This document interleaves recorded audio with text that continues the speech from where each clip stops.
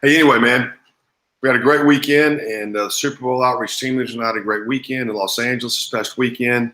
Did you know that Los Angeles County, so the city is smaller than the county, but the county has 9.9, I believe, million people. It is the largest county in the nation. It's almost twice as large as Cook County, where Chicago is. Cook County has 5 point something million people. New York City includes the 5 boroughs, has about 9 something million people. So Los Angeles County and New York City are basically the same size. It's a massive place, and you know what that means, don't you? That means it's a tremendous opportunity during Super Bowl weekend to get out there and preach the word. It's just kind of that simple, man. It's unbelievable. So I'm looking forward to going and praying about it, and recruiting people to come and join us. You know, our mission there, the Super Bowl outreach and every Super Bowl outreach, our mission in general is to take the gospel to a community of people. And that's what we're going to work on doing in a big way in Los Angeles, Lord willing, February 10 to 13 next year. Also, we're going to have the 10-day preach-a-thon starting February 3rd to 13. And there's a possibility we'll spend the first weekend in Las Vegas. That would be the 3, 4, 5, because the Pro Bowl is in Las Vegas, and then catch the Amtrak down to Los Angeles. I'm not sure those details yet. If you want to join us in the 10-day preach-a-thon, plan to arrive wherever we're going to be on the 2nd, so we can get after it preaching on the 3rd. I mean, if you live on the West Coast and you can arrive in either Las Vegas or Los Angeles in the morning, that's fine. But if you got to fly in, make sure you can get ready to start preaching about noon on Friday the 3rd. So it's going to be a fun time. Looking forward to it. And we've got a great group of team leaders this year. That information is going to be pushed out there hopefully this week as we get it all on the Super Bowl Outreach website. And get rolling, man. It's going to be fun. Pray about joining us. We, sports fan, have not spent a lot of time west of the Mississippi, basically, or west of Texas. And we're going to have the opportunity to spend, probably go to the West Coast 4 times this spring, the Super Bowl, and then 3 times to Las Vegas. So this will be a new adventure for us, and to invite guys to join us out west. So Lord willing, you will not let distance be a hindrance. We're going to talk about how to get out there, and I've got putting up some videos about raising money to go, these kind of things. So it should all work out pretty good. If you want to go to the city, we saw probably 7, 8 good preaching spots. And if you live in the city, you could go every day. Plus they've got 2 football stadiums, now 3, LA Coliseum, the Rose Bowl, and now the SoFi Stadium. They've got 2 basketball teams at the Staples Center. They've got 2 hockey teams in the general area. One's down in Anaheim. It's just a massive sports place. Plus, you've got Hollywood Boulevard, 3 active piers. You've got 3 or 4 locations in downtown Los Angeles where people seem to be routinely gathering. So it's an evangelist stream, a great opportunity. So pray about joining us. Hey, I want to talk about Sports Fan Outreach 1000 this weekend. We're off and running. Had a good start last weekend, and we hope to give some reports throughout this week about that. But today I wanted to go over who's going out this week. And if you have someone, you hear a name that you recognize and you're in their area or the area of the stadium, then you can either contact them. All that information should be somehow accessible. I'm not sure how, but you can always text me, and I can send you their contact information, 423-724-7500. So let's roll. Rod Grubbs at Boise State Saturday. David Days at Auburn, Alabama. I should be at Tennessee, Lord willing. Michael Coggin, Ohio State. Dr. Underwood at Georgia Tech. Dave Dorman at Cincinnati. Caden at Florida Atlantic. Alexander Greenlee at Navy.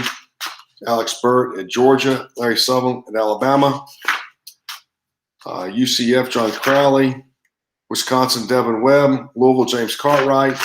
Kentucky, Jose and his friends from Kentucky Mountain Bible College. And Oregon State, Andy Smelser. It's about 16 teams.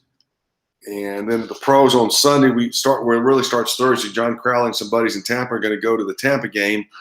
Should be a big-time game because it's the first game since they won the Super Bowl. Dallas Cowboys come into play. They're unleashing the banners for being champions. And what that means is big crowds.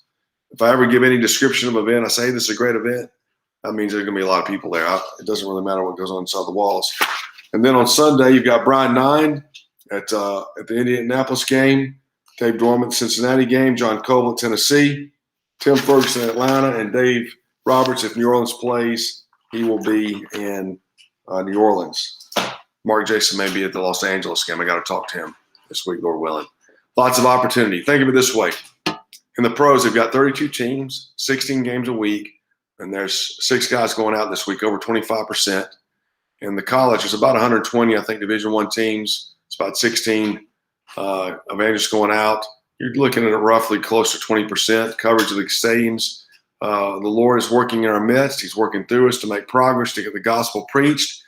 And man, come on. If you live by one of these stadiums and there's an evangelist there, then come and join them. If you live by a stadium and there's not an evangelist there, then contact me and let's talk about you preaching at it.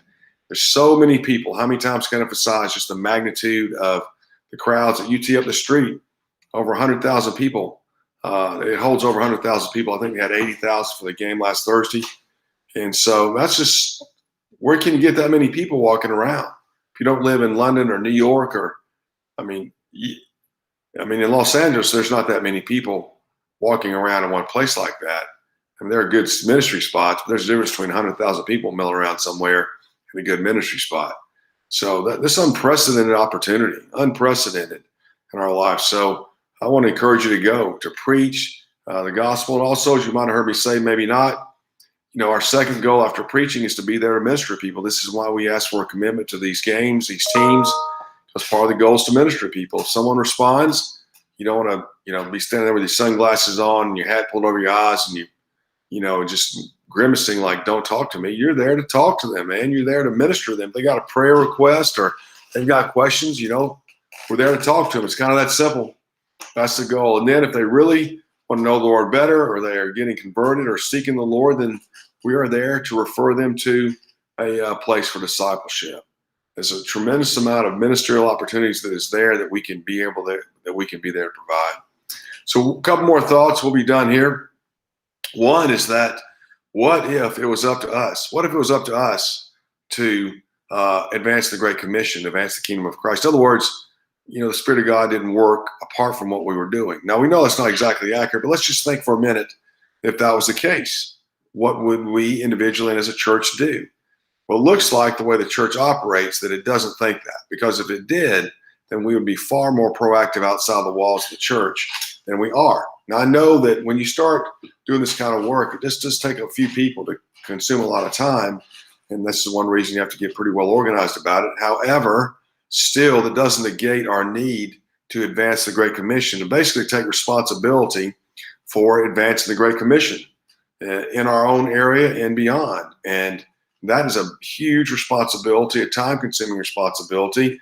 And this is how the church, the Christian life, begins to consume us when we're actually taking responsibility not only for the welfare of our own person and family and friends and the body where we fellowship, the congregation, but those beyond.